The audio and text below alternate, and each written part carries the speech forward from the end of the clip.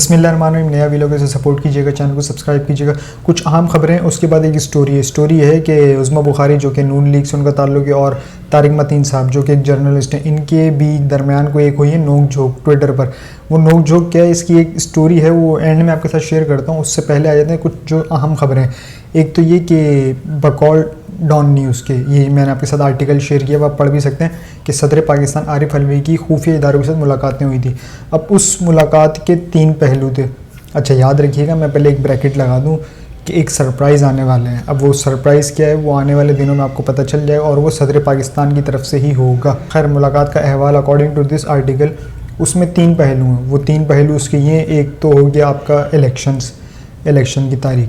दूसरा पहलू उसका ये है कि आपने जो आर्मी एक्ट और ऑफिशियल सीक्रेट एक्ट बिल, ये जो 2 तरमीमी बिल थे, इनके ऊपर जो उन्होंने दस्तखत नहीं किए थे, उन्होंने अप्रूव नहीं किया था और वो बिल अब कानून बन गया है। एक तो हो गया ये 2 पहलू, ये हो गए। इसके अलावा तीसरा पहलू जो है वो है सदर पाकिस्तान की मुद्दत का, जो मुद्दत ख़त्म हो रही है। अब क्या सदर पाकिस्तान साहब अपनी मुद्दत ख़त्म होने के बाद क्या घर चले जाएंगे? मुमकिन है, पॉसिबल है, ऐसा नहीं कह सकते कि पॉसिबल नहीं है, बिल्कुल पॉसिबल है।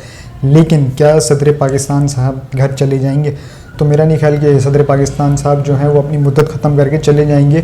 अगर वो जाते हैं तो याद रखिएगा, चेयरमैन सेनेट जो हैं वो कायम मकाम सदर बन जाएंगे। अव्वल ये जाएंगे नहीं, ये यूँ नहीं जाएंगे क्योंकि इनके पास अब भी अथॉरिटी है अकॉर्डिंग टू आइन। जब तक असम्बली इलेक्ट ना हो जाए और यानी कि इंतखाबात ना हो जाए और फिर उसमें से आपने सदर का इंतखाब नहीं कर लिया, इंतखाब जो करना होता है, तब तक सदर पाकिस्तान रह सकते हैं अपनी कुर्सी पर बरजमान। लेकिन अब ये हट सकते हैं तो उसकी 2 सूरतें। एक सूरत तो ये है कि सदर पाकिस्तान कोई वफात पा जाए, या फिर एक ये सिचुएशन है कि चारों असम्बली से इम्पीचमेंट पास हो।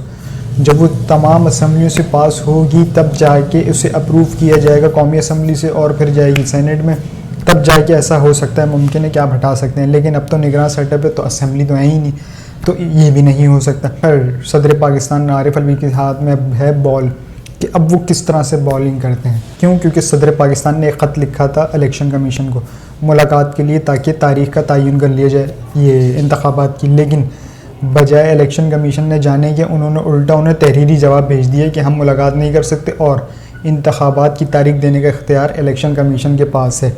ये हो गया एक पहला पहलू।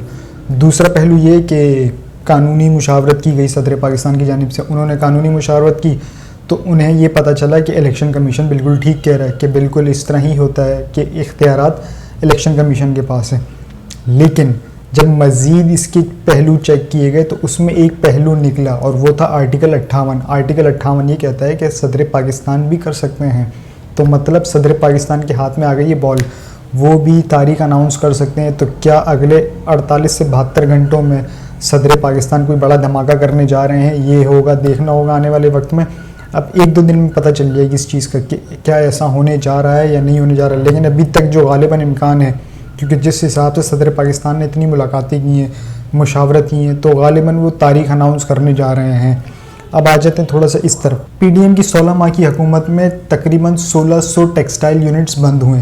1600 यूनिट्स टेक्सटाइल बंद हुए हैं।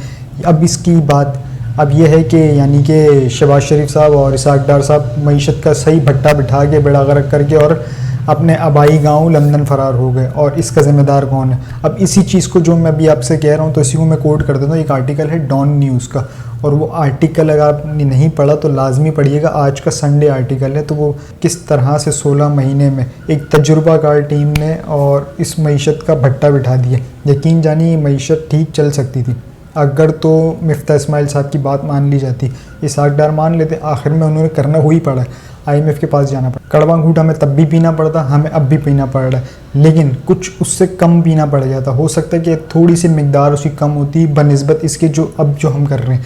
अब इसी चीज़ को मैं कंटिन्यू करते हुए आगे जाऊँगा, क्योंकि कड़वे घूंट का जिक्र आया तो निगरान वज़ीर आज़म जो है काकड़ साहब, इन्होंने तकरीबन कोशिश की अपनी हद तक। मैं इनकी बता रहा हूँ, IMF ने इन्हें साफ इनकार कर दिया कि बिजली की कीमतों में कोई रिलीफ नहीं, सॉरी कह दिए। अब याद रखिएगा ये इनका कसूर नहीं है। अगर कोई इनका गिरबान पकड़ रहा है, कोई भी है, चाहे वो प्रोटेस्टर हैं या फिर सियासी जमातें हैं, अच्छा वो सियासी जमातें अपना पल्लू झाड़ रही हैं, वो पल्लू यूँ झाड़ रही हैं, किया धराया इनका है, पल्लू झाड़ के यानी कि सारे गुनाह फेंक रहे हैं उनके ऊपर, निगरान वज़ीर आज़म के ऊपर। तो देखा जाए तो उनका कोई कसूर नहीं है, वो इस जुर्म में शरीक नहीं है। सारा कसूर जो है वो पिटारा जो बैठा हुआ था 14 जमातों का उनका था। क्यों? क्योंकि वो तजुर्बाकार टीम थे। तो उन्होंने खुद जाते जाते कहा कि हमने बड़े मुश्किल फ़ैसले किए हैं और अब ये मुल्क ट्रैक पर आ जाएगा। तो उनके इतने मुश्किल फ़ैसले थे कि मुल्क का तो ट्रैक का पता नहीं, लेकिन ख़ुदकुशियाँ बिल्कुल ट्रैक पर आ गई हैं। लाइन से ख़ुदकुशियाँ हो रही हैं। आज भी एक ख़ुदकुशी हुई है, एक सिक्योरिटी गार्ड ने ट्रेन के नीचे आके ख़ुदकुशी कर ली। क्यों? क्योंकि उसके घर के बिजली का बिल इतना आ गया था कि वो अफोर्ड ही नहीं कर सकता था। उससे 1-2 दिन पहले ख़वातीन अपने बच्चे के साथ पंखे से लटक गई। उससे 2-3 दिन पहले एक घर में 4 लाशें मिली। क्यों? बिजली के बिलों। उससे 4-5 दिन पहले एक घर में एक नौजवान कमाने वाला एक ही था, उसने ख़ुदकुशी कर ली। क्यों? बिजली के बिल। तो ये मुल्क ज़रूर ट्रैक पे आए ना आए, ख़ुदकुशियाँ ट्रैक पर आ गई हैं। तो शुक्रिया किसका अदा करना है ये आप बता दीजिएगा कि हम 14 जमातों का शुक्रिया अदा करें, या फिर ये जो निगरान सेटअप बैठा हुआ है इनका शुक्रिया अदा करें, या फिर अगर आप दोनों कहते हैं, अगर आप दोनों आपस में राज़ी हो जाते हैं तो हम डायरेक्ट फिर IMF का शुक्रिया अदा कर देंगे। Move to the topic. अब बिजली के यूनिट में तो रिलीफ मिला नहीं, लेकिन एक लॉलीपॉप ज़रूर तैयार हो गया। उसकी सिर्फ मुशावरत होनी है। मुशावरत होने के बाद वो यूँ इम्प्लीमेंट होगा। तमाम जितने भी निगरान सेटअप बैठे हुए, चारों सूबों में निगरान सेटअप ही बैठा हुआ, तो यहाँ से उन्होंने कहना है और सब ने पास कर देना, वो ये है कि मार्केटें जल्दी बंद कर दी जाएँ। तो बिजली को बचाने का ये जो सॉल्यूशन निकाला है कि मार्केटें जल्दी बंद कर दी जाएँ, क्या ये इस पे ताजर राज़ी हो जाएंगे? ये बड़ा अहम सवाल है कि ताजर बरादरी इस पे राज़ी हो जाएगी। अकॉर्डिंग टू सोर्सेज, अब मैं ये नहीं कह रहा कि मैं कह रहा हूँ, अकॉर्डिंग टू सोर्सेज कहा जा रहा है कि आर्मी चीफ आसिम मुनीर साहब, उनकी कराची के जो बिजनेसमैन हैं उनसे एक तवील मुलाकात हुई थी माशी प्लान के हवाले से। अब वो मुलाकात का अहवाल कहीं इससे लिंक कर रहा है या नहीं कर रहा है, ये देखना होगा आने वाले वक्त में जब ये फ़ैसला इम्प्लीमेंट करवाएंगे।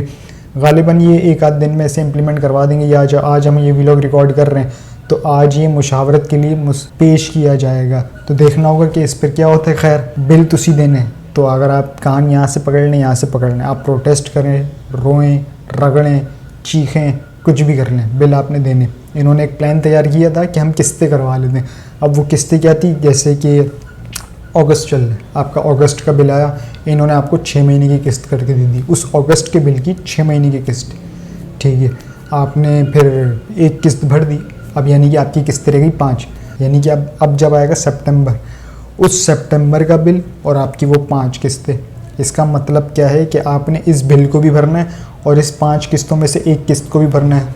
तो थे रिलीफ कितने? ये इस एक लॉलीपॉप था। अब जिसने भी खाया वो पछताया, और जिसने नहीं खाया तो भैया खाना भी नहीं, क्योंकि ये लॉलीपॉप खाने वाला नहीं है, धमाकेदार लॉलीपॉप है। तो इस लॉलीपॉप से थोड़ा सा गुरेज कीजिएगा। और हाँ, आपका हक है प्रोटेस्ट करना, बिल्कुल आपका हक है, लेकिन एक तमीज़ के दायरे में। यानी कि आपने जो ये गुज़िश्ता दिनों में किया है कि इलेक्ट्रिक वालों को पकड़ा मारा, ये ना कीजिएगा। तशद्दुद कभी भी हल नहीं होते मसाइल के। जितने प्यार से आप चलेंगे ना प्रोटेस्ट लेके, जितने प्यार से आप चलेंगे, 1 दिन करें, 2 दिन करें, 50 दिन करें, 100 दिन करें, वो आपका हक है, लेकिन उसमें तशद्दुद ना हो, वायलेंस ना हो। पुरअमन पुरसकून अपने चाहें एहतजाज रिकॉर्ड करवाएं और अपना हक छीन लें। छीने कैसे? ये नहीं कि उसको मार के छीन लिया। छीनने का मकसद ये है, जितना ज़्यादा क्राउड होगा ना उतना प्रेशर बढ़ेगा। जब प्रेशर बढ़ेगा तो फिर आपको आपका हक दिया जाएगा। याद रखिए, क्राउड बढ़ने में चंद भेड़ें भी आ जाती हैं। अब वो भेड़ें क्या करेंगी? वो भेड़ें अपना काम दिखा देंगी, वो वायलेंस की तरफ लेके जाएंगी आपको। उनकी एक चिंगारी ना इस मुल्क को आग लगा सकती है। तो खुदारा इस चीज़ से बचिएगा। क्यों? क्योंकि पाकिस्तान बतौर रियासत, बतौर मुल्क इस चीज़ का मुतहम्मिल नहीं हो सकता। हम वाकई मुतहम्मिल नहीं हो सकते इस चीज़ के। आ जाते हैं थोड़ा सा ट्विटर की स्टोरी पे, जो आमिर मतीन साहब और उज़्मा बुखारी के बीच में नोक झोंक हुई। अब वो नोक झोंक शुरू हुई थी एक छोटे से, उस पर आ जाता हूँ, तहरीक इंसाफ के ऊपर। देखिए, उन्होंने जो एक वकील हायर किया था, याद होगा आपको, जेफरी रॉबर्टसन, उसको हायर किया था। अब उस चीज़ को लेते हुए वहाँ से शुरू हुआ और कहाँ ख़त्म हुआ। अब उन्होंने जो ट्वीट किया हायर करने का, तो फिर ये आ गया। आपको नून लीग का पता है कि वो फितना इस तरह से करते कराते आगे चलते गए। लेकिन क्या इसमें इनकी गलती थी आमिर मतीन साहब की? तो बिल्कुल भी नहीं। आमिर मतीन साहब की बिल्कुल भी गलती नहीं थी इस पूरे अमल में, जो कुछ भी हुआ। लेकिन जो उज़्मा बुखारी साहिबा ने किया है वो काबिल मुज़म्मत और शर्मनाक था। और मुझे कोई अगर ये बोले ना कि मुझे तवक्का नहीं थी, कोई भी अगर ये कहता है, तो मैं कहूँगा वो सबसे बड़ा अहमक है, क्योंकि मुझे बिल्कुल तवक्का थी कि ये यही कर सकते हैं। क्यों? क्योंकि नून लीग हमेशा यही कर सकती है। मैं कोई तहरीक इंसाफ की साइड नहीं ले रहा, पीपल्स पार्टी को देख लें, मैंने पीपल्स पार्टी में से कभी ऐसी चीज़ें होते हुए नहीं देखी। हाँ, चंद भेड़ें हैं, वो सब में होती हैं, वो तहरीक इंसाफ में भी चंद भेड़ें थी, लेकिन तहरीक इंसाफ को एक फ़ायदा हो गया क्योंकि फल सफाई का जब मौसम आया ना तो उन भेड़ों का हो गया सफाया। अब वो भेड़ें नहीं हैं, लेकिन नून लीग में वो कभी भी भेड़ों का सफाया नहीं हो सकता क्योंकि from top to the bottom वो भेड़े भी हैं, भेड़ियाँ भी हैं और आप उनको ख़त्म नहीं कर सकते। कुछ बदतमीज़ी की उन्होंने और उस पर उन्हें माफ़ी मांगनी चाहिए थी, लेकिन एक तो चोरी ऊपर से सीना जोरी, इस तरह से कुछ मंजर देखने में आया। आपके साथ चंद चीज़ें शेयर भी करते हैं, आप यहाँ पे स्क्रीन पर देख भी रहे होंगे कि क्या चल रहा था। अच्छा, वो सवाल ये था कि आज इस फिज़ा में एक सवाल उठता है, कौन था वकील रेमंड डेविस का? अच्छा, उन्होंने एक बताया कि रेमंड डेविस का वकील कौन था। याद रखिएगा, रेमंड डेविस का जो वकील था, रेमंड डेविस आपको पता है ना, नहीं पता तो अगले वीलॉग में बताना पड़ेगा क्योंकि ये वीलॉग बड़ा तवील हो जाएगा। रेमंड डेविस साहब का जो मुकदमा लड़ा वो उज़्मा बुखारी साहिबा के वालिद साहब थे, बिल्कुल जेन्युइनली उनके वालिद साहब थे। गालिबन अब वो हयात नहीं है, अब उनका इंतकाल हो चुका है। ये उनका सवाल था जिस पर उनका जवाब क्या था उज़्मा बुखारी साहिबा का। सवाल ये भी उठता है कि वकील होना ज़्यादा शर्मनाक है या जायदाद की वजह से अपने भाई को मरवा देना?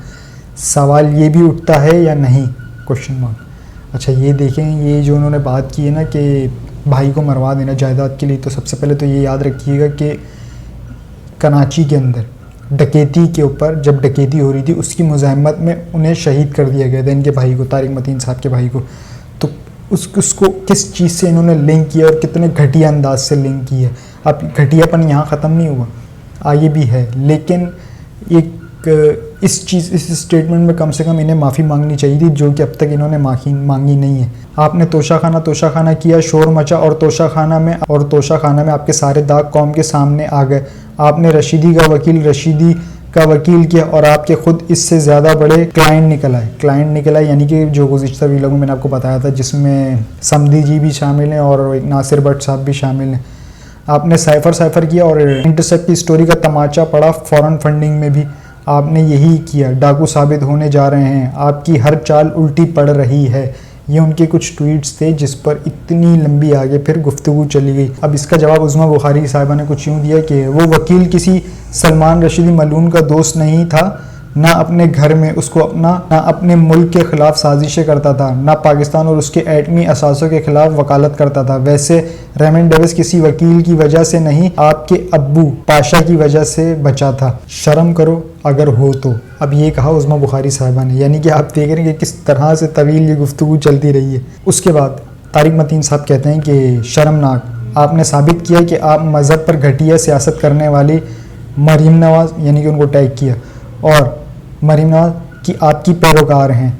मेरा सवाल मज़हब कार्ड खेलने वाली आपकी जमात की झेल सियासत पर था और आपने फिर साबित किया कि आपकी सियासत और तरबियत क्या है। इक़्तिदार का निवाला देखकर पैंतरा बदलने वाले, एक मकसद पर जान देने वाले पर बात करें, इतनी आपकी औकात नहीं। ये कहा और उसके बाद उन्होंने उन्हें ब्लॉक कर दिया। और वो ब्लॉक करने के बाद, अच्छा ये थी थोड़ी सी स्टोरी। अच्छा, मज़ीद भी स्टोरी, क्योंकि इसमें और भी सहाफ़ी कुछ हजरात जो है वो कूदे थे, उनकी भी तफसीलात है वो अगले व्लॉग में आपके साथ ज़रूर शेयर करूँगा। सबसे पहले आपको एक खबर दे दूँ कि जिस चीज़ के पीछे एक शख्स इतना ज़ोर करता रहा, इतना ज़ोर लगाता रहा कि खुदारा ये बहुत ज़रूरी है, इस पर तवज्जो दे लाई पूरी दुनिया को, और उसने पाकिस्तान में कुछ किया, यानी कि उसके इम्प्लीमेंट किया।